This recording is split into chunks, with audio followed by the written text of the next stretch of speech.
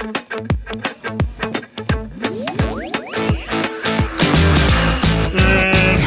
the worst. Hey guys, what's going on? It is Greg and Zach today. No Scott. No Scott. He's in New York. We can't have any long stretches where we're all together because I think that the universe would be out of balance. Well, it'll come in the winter when we're all frozen and can't go anywhere. Yeah, but that'll be different then because our energy's going to be at a point of it's going to be kept at bay by the cold. We're not even going to be at full go. It's pretty much a rule here in Minnesota that once the state fair is over, all people talk about is the weather. Yeah. It's like, this is the last good day. It's going to be in the 60s next week. Literally go anywhere. Oh, hey. How's it going? Good sun we got out there today. Last day. It's going to be real cold next week. Get ready for the frost. Yeah. Oh, man. Yeah, this podcast is brought to you by the Minnesota winter. Minnesota winter. Winter is coming. Bringing you podcasts all day. Yeah. We're also doing a video version of this podcast today. So I'm trying not to look at the camera. It's okay to look at the camera. It's actually good to look at the camera, I think. I don't know. Are you photogenic? Am I photogenic? What is photogenic? And is it the same as videogenic? Are those different? Videogenic? That sounds like something bad. Videogenic. Yeah. No. That's good. But we're going to be uploading a video version of this on YouTube. Not really because we think we're beautiful and want to be on video. But you are beautiful. I think you deserve to be on video. Oh, thanks, man. Yeah. I mainly think it's just another way for us to share what we're talking about, invite people into the conversation. And so if you're on YouTube, you can look up Corner Church and subscribe to the YouTube channel there. We also have some cool videos from stories from people a couple years ago. Sarah's baptism video will be on there later today. That's cool. So you can see stuff like that. But we will continue to do the podcast version as well because we like the podcast version. So yeah. What do you think Christians from 1,000 years ago, if they were to time travel to now, and they didn't come to one of our gatherings, but they just saw a video, what would they think? What would they think of it? I feel like their brain would be going crazy with I hear these people, but where are they? They're on the screen. Yeah. Are they behind the screen? But nothing's behind the screen. I've seen those videos of, I love how animals, when they see themselves in the mirror, how they respond. I think it'd be a lot like that. Just what is happening? What's going on? Yeah. This is crazy. Where are the tiny people in the TV? The tiny TV people. Yeah. What's going on this week? All the things. I don't actually know what's going on this week. My brain is just next week stuck on fall retreat. And fall retreat's coming 2 weeks, I think. It's basically tomorrow. 2.5 weeks. Basically 2 weeks from today, we're taking off.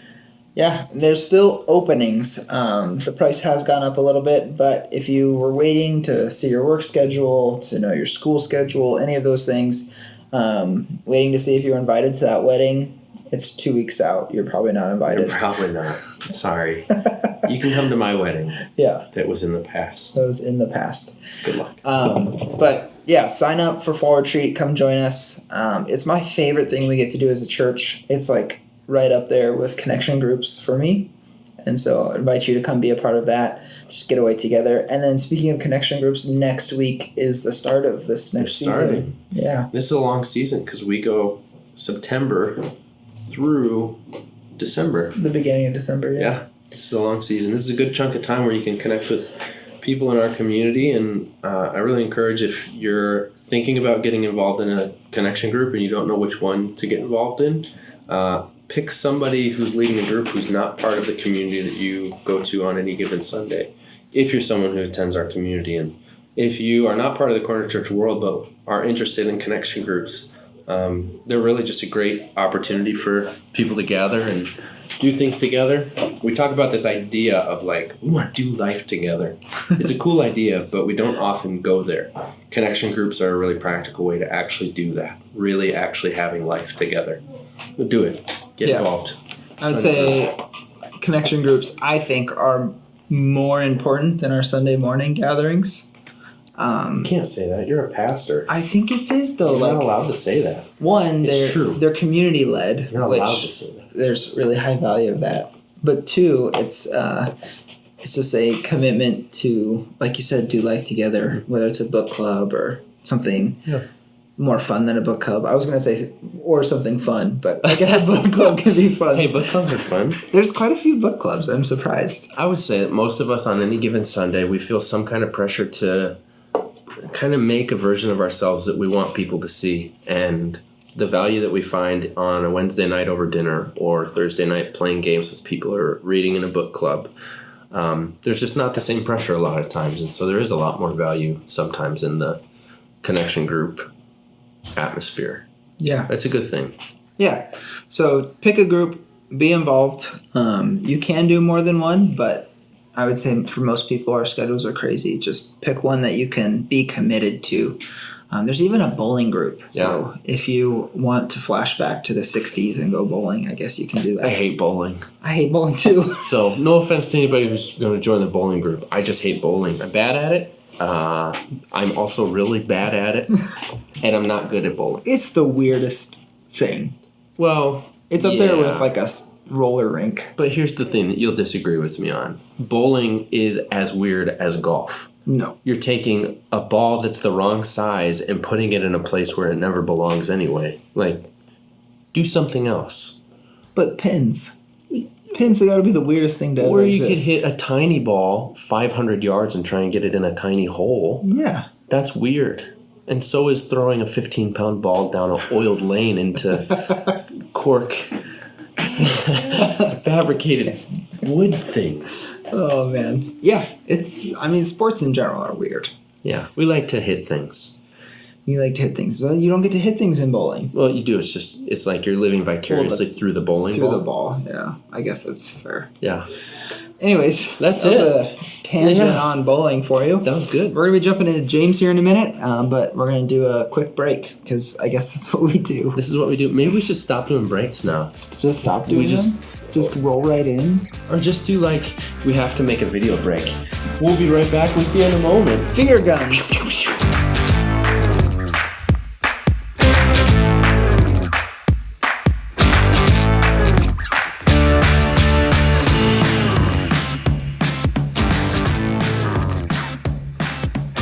So James, brother Jesus, this guy, which I didn't know this before we started. Do you think Jesus called him bro?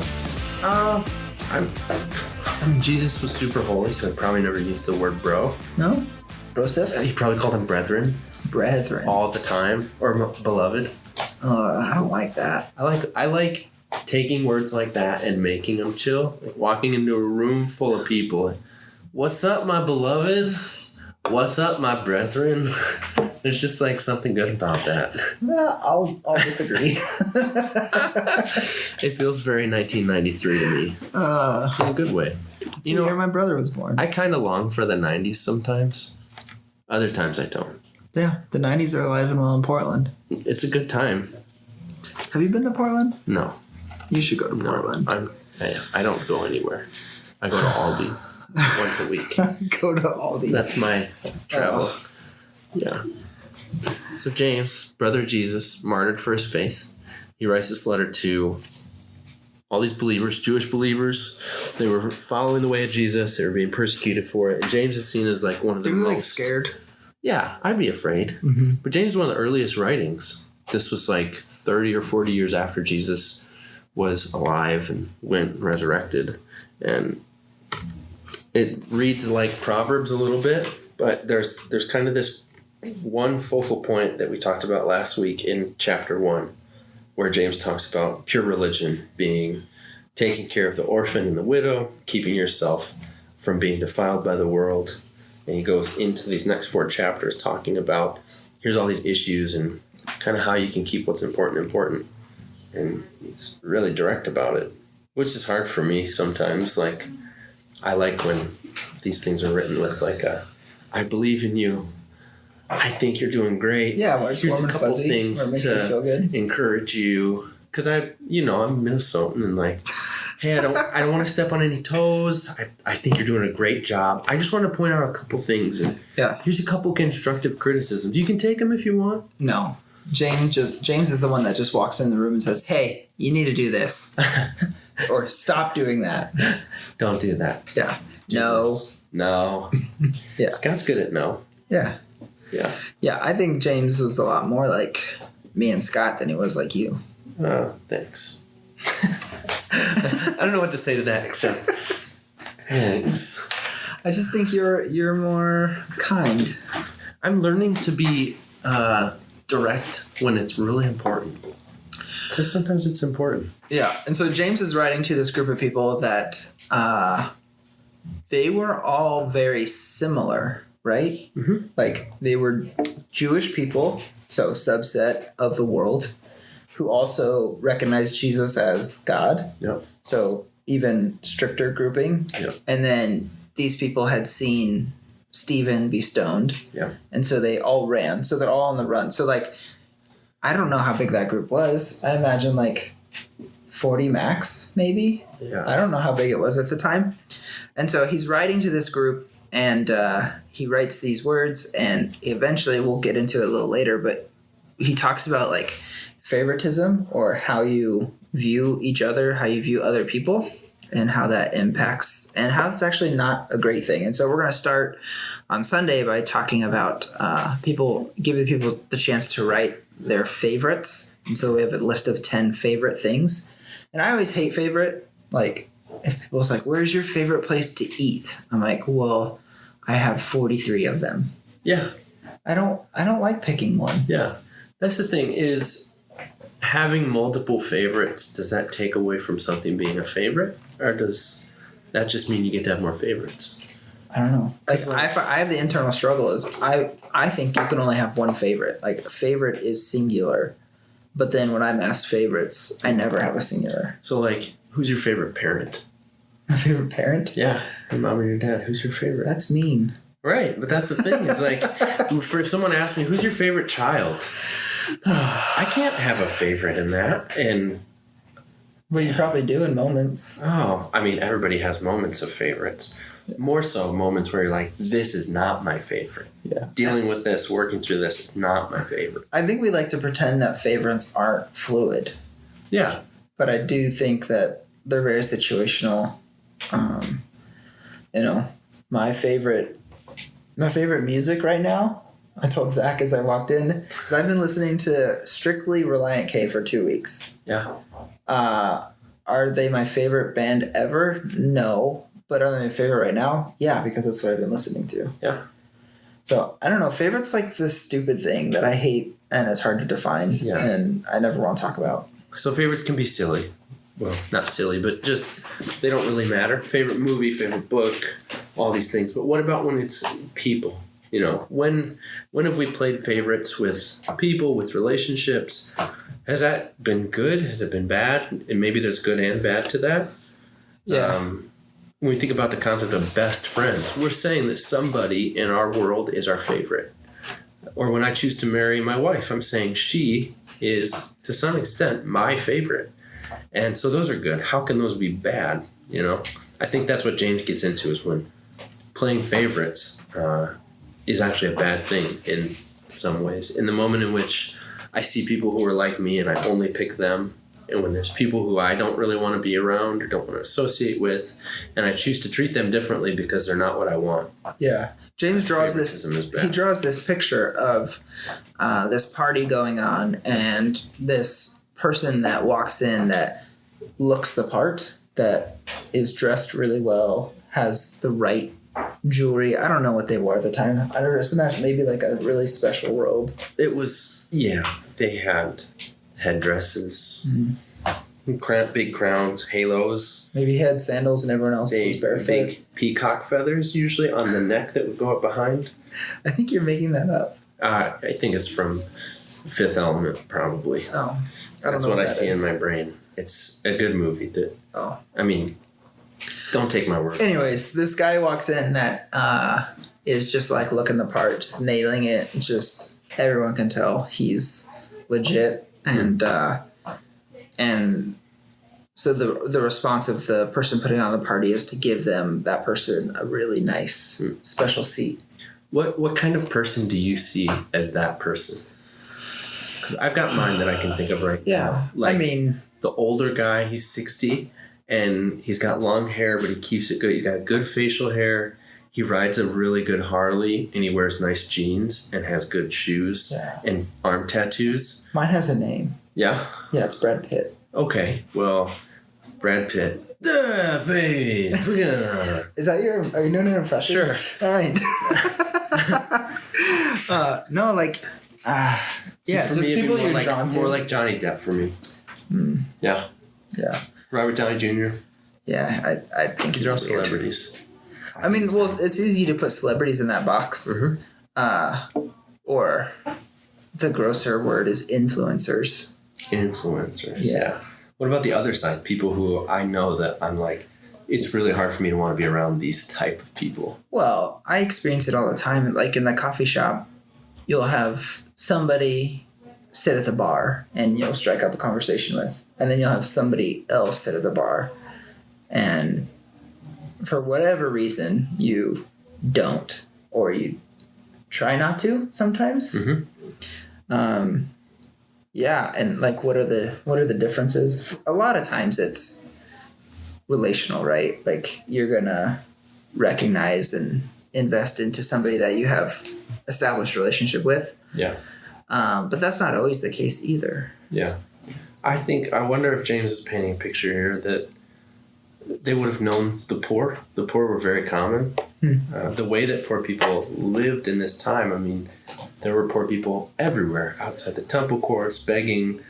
Jesus even says back in the Gospels at a point where a woman breaks this expensive perfume over his feet. Some of the disciples get mad. He's, why didn't you sell this? Judas, actually. He's like, why didn't this get sold so the money could be given to the poor? And Jesus says, the poor you'll always have with you. They knew who poor people were, and they knew who rich people were. And I think he's making a point that you know who the poor and the rich are. You've got to treat them equally. In the kingdom, they're the same. There's no difference between them. And you're judging based on outward appearances. Yeah, words that are used are things like discriminated, or the Message version uses which I think as an American, I feel very intensely, the word segregated. And how in that moment, they're essentially saying, you are wealthy, you belong here. You're poor, you belong here. Mm-hmm. And letting those things differentiate really affects relationship. Yeah. And prejudice in the midst of that, even if it's not a separation per se, even if it's an internal, like, I really like being around this person. I don't really like being around that person. Not to say we have to choose to be around everybody or choose to develop friendship or depth of relationship with everybody, but why do I say no to the people I say no to? Why do I so easily say yes to the people I say yes to? What are the prejudices that I do have in place that keep me from pursuing a little bit deeper relationship with some people and automatically allow some people into a relationship that maybe I shouldn't be pursuing this deeper relationship with? Yeah. Yeah, and it requires a lot of self-reflection, right? Because it's hard to say. It's hard to speculate what the impact of those things have been on my life. It's even hard to think of moments, because I think a lot of times prejudice and bias to a degree is it's subconscious. Mm-hmm. And the only way to overcome that, I think, is to try to become more conscious of it. Yeah. And make decisions. In James' world, where he's writing this, this bias or segregation or what is the other words we use? This prejudice, essentially, that we're talking about. I think it was actually done for safety. Like your nationality, where you were born, defined a lot about who you were. And, your faction was warring with the other faction. You're either Roman or you're Jewish or whatever else of the time. And so there was this requirement to being prejudice of a different person was actually a form of survival and safety. It was kind of what was expected. We look at the story of the Good Samaritan. Jews and Samaritans, it was just expected that they don't do things together. You don't see them talking with each other. You don't see them interacting well. They know, oh, I'm a Jew, you're a Samaritan. We're not supposed to interact. And yet Jesus breaks that mold. He tells a story about that mold being broken. It was very expected. I kind of imagine it to be maybe as during the start of the civil rights movement in America, that, it was just expected that, like, oh, people of color, they have this area to do life, and people who are white, they have this area to do life. And growing up in that, you're like, oh yeah, this is just what we do, right? Mm-hmm. Prejudice is something a lot of times that we like, no, I'm not prejudiced. Like, why would I want to hate somebody? I can't be prejudiced. Yeah. But it is subconscious. And I think being ignorant isn't an excuse to keep being prejudiced. I think we have to learn where we have our blind spots. One definition that I found of prejudice that really kind of like summed it up for me was preconceived opinion that's not based on reason or actual experience. Mm-hmm. So we've got this opinion that's probably based on fear. It's probably based on misunderstanding, ignorance, even if it's not willful ignorance. And so our job is to not just like, I don't have prejudice, I'm going to treat everybody the same. Our job is to find out like where we have prejudice, where we have ignorance even, and to figure out why it's there, get away from it, to like grow our views, to see people better. And so I know that, I don't know, but I assume as James is writing this, it'd be really easy as these people who are in the midst of persecution, who are facing a lot of hard things, are really easy to want to keep outsiders and keep insiders. And so even though it's a different framework to say like, oh, they're poor, but they're also an outsider, I'm not going to let them be part of our group. I'm going to show favoritism to the people I know and the people who look like me. And Jesus flips that upside down. Actually, serve your enemy. Actually, as the Good Samaritan, take care of the person who culturally you're not supposed to be spending any time with. Yeah, I think that was like even before Jesus, the norm of the ancient world was that every group had their own gods, and your success over somebody else proved that your God was better than their God. And God and Jesus starts to flip that on the head, starting at Abraham, when God tells Abraham that his offspring will be a blessing to the world, that the avenue of true relationship with God will come through him, and ultimately lead to the person of Jesus, that the Jewish God wasn't just the God of the Jews, but the God of the world. Yeah. And I think that we see that theme repeated over and over again throughout the Bible. In Deuteronomy, it says God shows no partiality. So he was the God of the Jews, but not just the Jews. They were supposed to be essentially a tool. And we have like a million scriptures, and we're going to have to cut them down or summarize or something. But there's just like a million examples of God saying, yeah, I'm for you, but I'm also for everybody else. And I guess you can go all the way back to the creation and how God created humanity. Mm-hmm. It's in his image, and all of us equally are God's image. And so being able to recognize that in each other, if you don't know if you have a honest prejudice or bias against a person or a type of person, I would encourage you to go back to Genesis, go back to the creation, understand your own identity in God, and I think that'll reflect forward other people's identity and who God is. If we, as the church, Christians, if we were to time travel back to the time of Jesus walking around on earth, most of us in the corner church world are not Jewish. We don't have any Jewish heritage. There's a few of us. They're better than us. Yeah, they are better than us. But if we were to travel back to then, and we were to interact with the Jewish community, we actually weren't part of the Jewish community. I mean, we were Gentiles. We were the outsiders. Mm-hmm. And to see this theme throughout the New Testament play out, that God shows no partiality in the sense that even the Gentiles are invited into this covenant. This story in Acts 10, if you get a chance, read Acts 10. It's a pretty amazing thing that happens where Peter has this vision, And God's showing him how he's about to be inviting the Gentiles into this covenant that for hundreds and hundreds of years was only set aside for the Jews. But this new covenant in Jesus' blood was for everybody. And Peter has this vision about these animals and all these unclean animals that God says, now they're clean. I've made them clean. Don't call anything impure that I've made clean. And then he goes to this person's house, and they were just talking. And as I think this guy had the same vision or something, you got to read it.